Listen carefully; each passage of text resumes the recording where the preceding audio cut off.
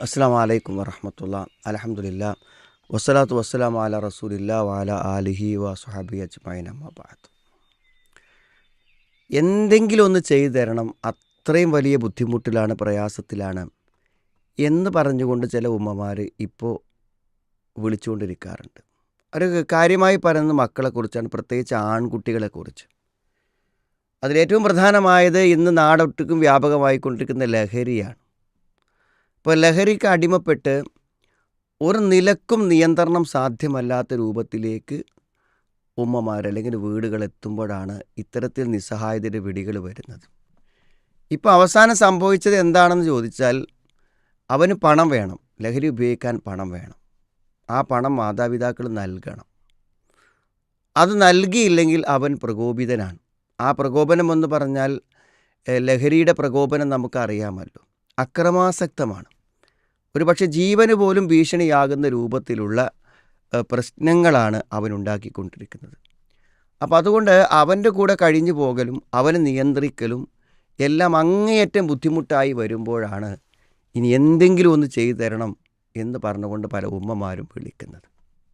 ഇവിടെ നാടും നമ്മുടെ സാഹചര്യങ്ങളും ലഹരിയും ഒക്കെ ഇതിന് ഉത്തരവാദികളാണെങ്കിലും സത്യത്തിൽ ഈ മാതാപിതാക്കൾക്ക്, പ്രത്യേകിച്ച് ഉമ്മമാർക്ക് വളരെ വലിയ ഒരു ശ്രദ്ധ ഈ കാര്യത്തിൽ ആവശ്യമായിട്ടുണ്ട്. നമ്മൾക്ക് യഥാർത്ഥത്തിൽ നമ്മുടെ കുട്ടികളെ കൺട്രോൾ ചെയ്യാൻ പറ്റുന്ന, നിയന്ത്രിക്കാൻ പറ്റുന്ന ഒരു കാലഘട്ടത്തിൽ പലപ്പോഴും നമ്മൾ അവർക്ക് രണ്ട് കാര്യങ്ങൾ, ആ കാര്യത്തിൽ പലപ്പോഴും മാതാപിതാക്കൾ, പ്രത്യേകിച്ച് ഉമ്മമാർ പരാജയപ്പെട്ടു പോകുന്നുണ്ട്. ഒന്ന്, അവരുടെ താല്പര്യങ്ങളെയും ഇഷ്ടങ്ങളെയും നമുക്ക് നിർണ്ണയിക്കുവാനും നിയന്ത്രിക്കുവാനും കഴിയുന്ന ഒരവസ്ഥ ഉണ്ടാവുക എന്നുള്ളതാണ്.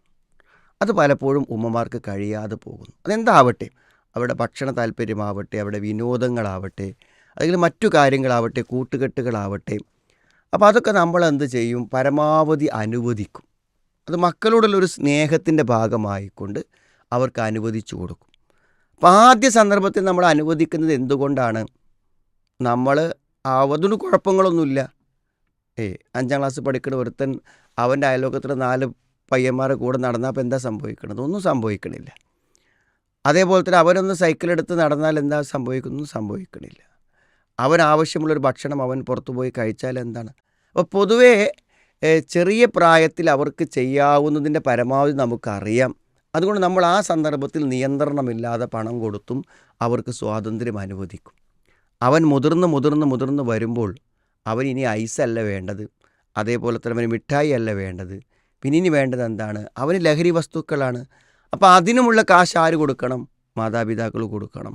അതിന് പോകാൻ സമ്മതിച്ചില്ലെങ്കിലോ ആ സമയത്ത് നിയന്ത്രണങ്ങൾ വെക്കുമ്പോൾ ഇതുവരെ അനുവദിച്ചു, ഇപ്പോൾ എന്താണ് അനുവദിക്കാത്തത്? അപ്പോൾ അവൻ്റെ കാര്യങ്ങൾ നേടാൻ എന്താണോ മാർഗം അതവൻ നേടിയിരിക്കും.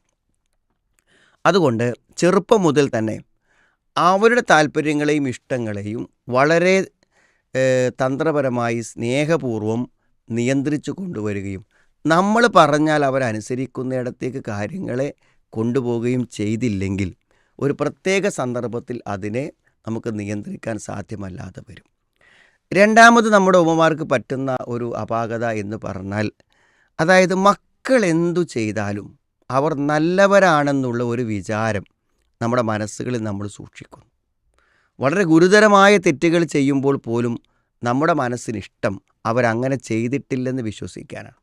അപ്പോൾ പലപ്പോഴും ആ കുട്ടികളുടെ തെറ്റുകളെ ന്യായീകരിക്കുന്നതായിട്ടാണ് പലപ്പോഴും നമ്മൾ ഉമ്മമാരെ കാണുന്നത്. അപ്പോൾ ഇപ്പോൾ ലഹരി ഉപയോഗിക്കുന്ന മക്കളെക്കുറിച്ച് പോലും പറയുമ്പോൾ അവർ പറയും, അത് എപ്പോഴൊന്നുമില്ല, എപ്പോഴെങ്കിലുമൊക്കെ അവൻ ഉപയോഗിക്കുന്നേ ഉള്ളൂ, പ്രശ്നമൊന്നുമില്ല, പറഞ്ഞാൽ നേരാവും, ശരിയാവും എന്ന് പറഞ്ഞാൽ അതിനെ നമ്മൾ അവരങ്ങനെ ചെയ്യുന്നില്ല എന്ന് വിശ്വസിക്കുമ്പോൾ നമ്മുടെ മനസ്സിനൊരു സമാധാനം കിട്ടും. പിന്നെ അവർ പറയുന്ന കളവുകളെ നമ്മൾ അതേപടി വിശ്വസിക്കും. പക്ഷെ നമ്മളല്ലാത്ത മറ്റുള്ളവർക്കെല്ലാം മനസ്സിലാകും, ഇവൻ്റെ അടുത്ത് ഭയങ്കരമായ തെറ്റുകളുണ്ട്, തകരാറുകളുണ്ട്, അവൻ വളരെ റോങ് ആയിട്ടാണ് പോയിക്കൊണ്ടിരിക്കുന്നത് എന്ന് മറ്റുള്ളവർക്ക് മനസ്സിലാവും. പക്ഷെ നമ്മൾക്കത് മനസ്സിലായാലും നമ്മുടെ മനസ്സ് അങ്ങനെയൊന്നുമല്ല എന്ന് വിശ്വസിക്കും. അങ്ങനെയൊന്നുമല്ല എന്ന് വിശ്വസിക്കുമ്പോൾ നമ്മൾ അതിനനുസരിച്ചാണ് പരിചരിക്കുക. കുഴപ്പമില്ല, അവൻ അങ്ങനെ കിടന്നു പോകുന്നില്ല എന്ന് നമ്മൾ എന്ത് ചെയ്യും, മനസ്സുകൊണ്ട് വിശ്വസിക്കുകയും അവർക്ക് വേണ്ടത് ചെയ്തു കൊടുക്കുകയും ചെയ്യും. ഈ 2 കാര്യങ്ങൾ പലപ്പോഴും നമ്മുടെ കുട്ടികളുടെ നിയന്ത്രണം നമുക്ക് നഷ്ടപ്പെടുത്തി കളയുന്നു എന്നുള്ളത് വളരെ പ്രധാനപ്പെട്ട കാര്യമാണ്. കുട്ടികളോടുള്ള ഇഷ്ടം മൂലം അവർക്ക് നമ്മളെല്ലാം അനുവദിച്ചു കൊടുക്കുകയും അവസാനം അവരുടെ ഇഷ്ടങ്ങൾ എന്താണ്, വളരെ അപകടകരമായ ഇഷ്ടങ്ങളാണ് അവരുടെ പ്രായപൂർത്തിയാകുമ്പോൾ അവർക്കുണ്ടാകുന്നത്. അത് അനുവദിച്ചു കൊടുക്കാൻ നമുക്ക് പറ്റാതെ വരും. അപ്പോൾ നമ്മൾ നിയന്ത്രണങ്ങൾ ഏർപ്പെടുത്തും. ആ സന്ദർഭത്തിൽ അത് വളരെ പ്രശ്നങ്ങളിലേക്കും പ്രതിസന്ധികളിലേക്കും അക്രമങ്ങളിലേക്കൊക്കെ വരുന്നതാണ് ഒരു കാരണം. അപ്പോൾ ചെറുപ്പം മുതൽ തന്നെ അവരുടെ കാര്യങ്ങളെ നിയന്ത്രിച്ച് കൊണ്ടുവരുവാനുള്ള ഒരു പരിശീലനം, ഒരു ശ്രമമാണ് മാതാപിതാക്കൾ വേണ്ടത്. രണ്ടാമത്തത്, അവർ ചെയ്യുന്നത് എന്തും നമ്മൾ ചെയ്യുന്നില്ലെന്ന് വിശ്വസിക്കാനും അവർ നല്ലവരാണെന്ന് വിശ്വസിക്കാനുള്ള നമ്മുടെ മനസ്സിൻ്റെ ശ്രമം പലപ്പോഴും അവരുടെ അപകടങ്ങളെ തിരിച്ചറിയാൻ കഴിയാതെ വരികയും അത് ഏറ്റവും മാരകമായ ദുരന്തങ്ങളിലേക്ക് വഴിവെക്കുകയും ചെയ്യുന്നു. വളരെ ശ്രദ്ധ നമ്മുടെ കുട്ടികളുടെ കാര്യത്തിൽ ആവശ്യമാണ്. സമയോചിതമായി കാര്യങ്ങൾ മനസ്സിലാക്കി നിയന്ത്രിക്കാൻ ശ്രമിക്കുക. അള്ളാഹു സഹായിക്കട്ടെ.